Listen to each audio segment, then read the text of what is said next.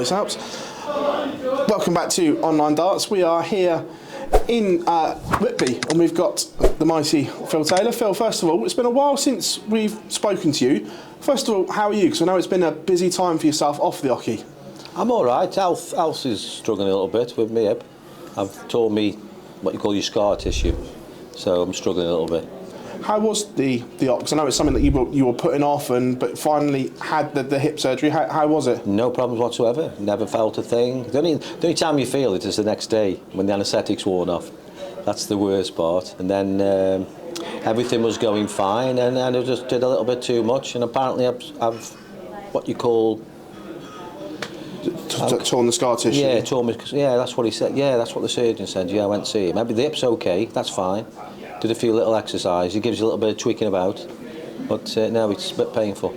Before you tore the scar tissue, how did it feel to have that new hip and almost bionic Phil Taylor? It's strange because what he's done is levelled me up. So you're using like different muscles. You know, if that's then you start getting backache because you're using muscles in your back you've never used before. So it's a bit of a catch-29. To be honest with you, it's weird, but it will go better. It will improve. How much pain have you been in over the last few years then? Because I know that you put a brave face on it for the cameras and everything like that, but now we've stripped it back. How much pain were you in just trying to get through day-to-day life? Worst pain I've ever had this last 12 months. Honestly, it's been a nightmare. I'm glad when this year's gone. Playing-wise, I was okay, but when you've been practicing for a couple of hours and then you play the game, you get like a really bad ache in your hip. Where you get in bed and you put your leg in a cold spot, and one there, and it just drives. It's like having toothache. It drives you crackers, it does, honestly. Anybody will tell you who's had it done, they'll know what I'm on about. Has it been impactful trying to play them? Because we all know that the high standards that you've set yourself, and when you can't do the practice routines that you wanted to do and so on, is it frustrating? It's horrible. It's horrible. I feel like you try and lift the roof off the house. It's heartbreaking, to be honest with you. That's the worst part. You know, when you've got people saying, "Come on, Phil, you know you're better than this." I know I'm better than this, but you can't turn right. You know, it's getting your foot in the right position and it's turning your body like you used to do, where you're turning it and then you've got a big like a trapped nerve in your back, which is playing up. So that's like having somebody sticking a knife and electric shock. It's a weird feeling. During all this recovery time, I'm guessing you've had plenty of thinking time, and is it now dawned and set in that this is it for Phil Taylor? 2 competitive events left, and the curtain comes down. We're talking about it. Yeah, we are talking about it. So I'll have a chat with Bob and meet my sponsors. Obviously, I've got other people to think about, and we'll see how it goes from there. Is it kind of refreshing in a way that you're bringing the curtain down now to the career, because your professional career was undeniably stunning from top to finish, where now you haven't hit those heights that you probably want to in the seniors? Is it almost a relief now that it's coming to an end? Yeah, in a way it is, yeah. I'll be honest with you, I'll be right to the point, yeah, it is. You know, I'll miss it, don't get me wrong. I mean, I've seen it in other sports. I saw it at the weekend with Anthony. You know, I've really felt for the lad. You know, and whether he comes back and bounces back, he could do, of course he can, he's big enough and strong enough. But when he's in his 60s, it's a lot more difficult. You touched on the age and obviously that curtain coming down. Is the desire, is it harder to get up for and practice regularly? The desire is there, that's fine. You know, your mental wise, I'm 100%. It's just bodily wise, you know, it's age is a horrible thing, honestly. You know, when you're in pain every day, anybody will tell you. Maybe you've gone through it with your parents and whatnot, but it's a weird thing. But you've never had it in your life. You've always been strong. I've always been strong, especially where my back's concerned. And then to be weakened by it, it's awful. Most sportsmen always say they know when the time's right. When you announced that this was your final year, did you know that this was it? That you were done? I couldn't carry on anymore. You know what I mean? It was too hard for me. So yeah, it breaks your heart. Don't get me wrong, but it's time. Will there be a tear in Sunderland when you walk off for the final time? No, I'll be happy. Really? Yeah, but I am trying everything. You know what I mean? I'm going to go see the surgeon. He's going to ring me next week, and he can give me an injection, which is a painkiller. Yeah. And that last time I had it, it lasted 6 weeks. So hopefully, if he injects me and it lasts 6 weeks, by the time the painkiller's worn off, everything will be repaired. That's the plan anyway. Yeah. You had the fairy tale send-off in the PDC, winning the match play and getting to the world final. I should have won the final. That would have been a fairy tale. What would it mean, the fairy tale, to win one of these last I'd love to. Honestly, it would be my dream to win one. Now, going forward to 2025, you're going to be an ambassador Yes. for the seniors. Are you looking forward to that role and giving something back and meeting the fans and everything like that? Just you, Phil Taylor, not Phil the Power, just being you. Yeah, it'd be lovely. It's great for me now. You know, I still, even if I go out anywhere, I still get people asking photographs and autographs and everything. But the limelight's dropped down a little bit now, and it's lovely. You know, you don't have to be stuck in a hotel all day. You know, when we were playing Premier Leagues or World Championships, you literally couldn't really go out because you'd be inundated with people asking for pictures and photographs and whatnot. So it's nice now. And anybody that's been a pro for as long as what I have, will understand what I'm saying. Is it nice just to be Phil Taylor then instead of It's the dart great. player Phil Taylor? It's great. Grandkids come up over the weekend, they have the dinners and I do them a bit of tea, take home with them, and then it's great. You know, you've seen them grow up, which I've never seen that before. So that's a lovely part, being a granddad. This role, you're going to be an ambassador. How important is it that people like yourself do this to carry on the growth of the seniors? Yeah, well, that's what I want. I'd love to see it, especially for the two Jasons who have put a lot of work into it. Not just them, the TV companies, the sponsors. So I'll back them 100%. If they want me there or they need me for anything, I will be there for them. That's not an issue. I'll put myself out for them, you know. But I'd love it. I'd love it to carry on, and I think you're getting players now ready for retire. Will come across.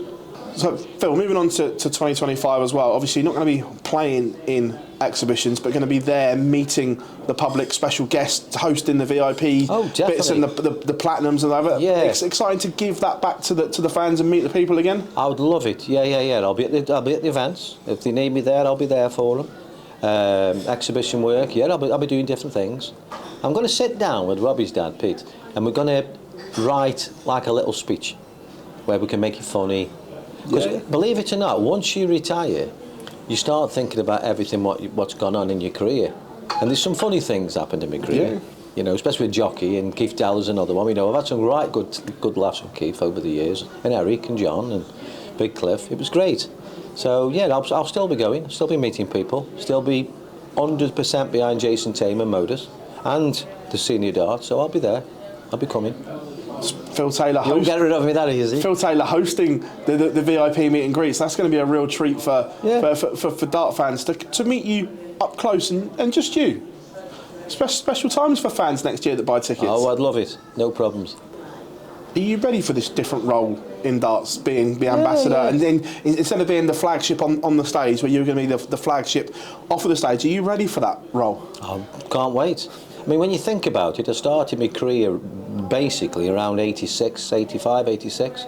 So you're talking nearly 40 years of standing on one leg, you know what I mean? So it's nice now to sit back and relax. And no pressure. You know, where if I want to go out in the daytime, I can nip out. Yeah. Where when I was at the top of my tree, I never went through the door because I knew I'd got to get on that practice board. I was very, very dedicated, I was. And, you know, if I go on holiday, I'd take a dartboard with me. And my mate's got a sheet of metalwork, so he'd break me a little bracket, thin, that I could loop over the door and fit on my dartboard. I'd just leave that there then, so I could practice every day. Take a tape measure and some masking tape on the floor. Even holiday time, you know, and really you should be enjoying your holiday. But I never did. So what does life look like for Phil Taylor away from the sport then for the next few years? Is it just enjoy every minute of being you? If I do, we've talked about this with Karen. If I don't get me health right, then I'll end up one of these little motorised scooters, I think, going around the town. Because you can't walk. It's like walking and everything's ripped apart inside. So hopefully, it is getting a bit better. Yeah. So hopefully we can cure it. We know you still watch the sport. And I'm seeing the physio, Andy, who used to be Everton's physio in Stoke City. He's very good. He's given me a few stretching exercises, which when I do what he says, it's the perfect spot where it is. It's called your sciatic nerve. Yeah. So he's given me these exercises just to keep stretching. And his exact words were, because you've had an operation and your muscles are tightened up around your nervous system. Yeah. And it's clamping it in. It's like two bones and a nerve in between. So it's getting it loose.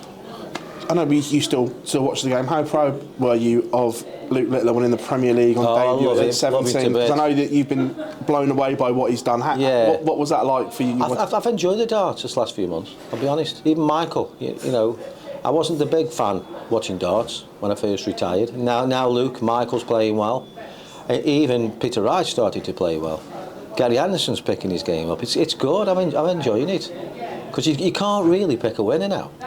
Even Luke Humphries, you know, he gets beat now and again now, where he was really unbeatable. But it's a great sport to watch now. And young Luke, I'm probably his biggest fan. You touched on a few of the older names there, shall we say. Have they been inspired by this 17-year-old rewriting the books almost? Yeah, I think with Gary and even Joe Cullen's struggling a little bit at the minute, but he'll come back. But it's the amount of money in the game now. I think what snookers the players is the schedule. That's all it is. I agree. You know, when you're playing 3 or 4 days pro tours, and then you got to shoot off to Hungary or Switzerland or whatever, you're not seeing your family. You know, you're away in hotels, you're sleeping in different mattresses every night of the week. That's the only part what takes its toll. The actual game itself is quite simple. It's getting there and spend all day. The Players' Championships, I mean, they'll be there at 10 o'clock in the morning. So some people get there at 9 o'clock in the morning, and they'll be there till 6, 7 o'clock at night, and that's what will take the toll.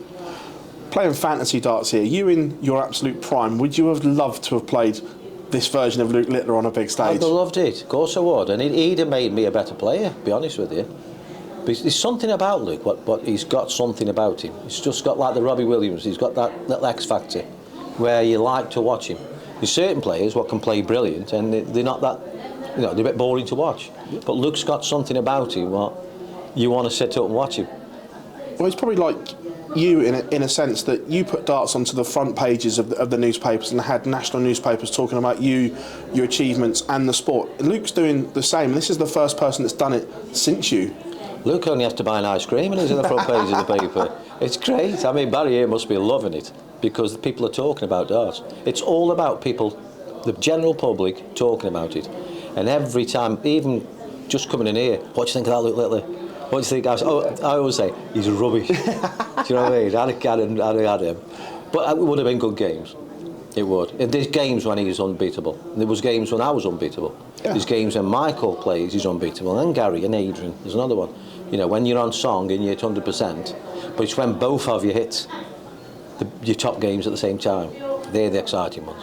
Speaking of, obviously, AD's here tonight with us. Are you looking forward to seeing AD again and having a catch-up? I haven't seen him for a while. Be nice. When you guys did what you did in '93 and you made the split and the PDC and roll to where we are now in 2024 and we've got this kid on the front of everything, advertising, everything, did you ever envisage the sport could get to the size it is? When BDO times, when it was big, I always thought, and I used to say to the lads, if we ever get a good promoter, then I think the game can get big. Big as it was. Never in a million years did I ever think it'd get to this. You know, BDO times, it was a good, popular sport. You know, everybody knew everybody because there wasn't a lot of TV channels then. No. But now, I mean, you've got all these TV channels where people can watch anything they want. But a lot of people now are tuning in on the darts. We're probably one of the biggest viewing figures on TV. I think it's only second behind Premier League football on Sky. I'd say Premier League football, but not all the games. No. It'll only be like Liverpool, Man United. Yeah. Arsenal, Man United, or so, whatever. But yeah, darts is at a right good peak.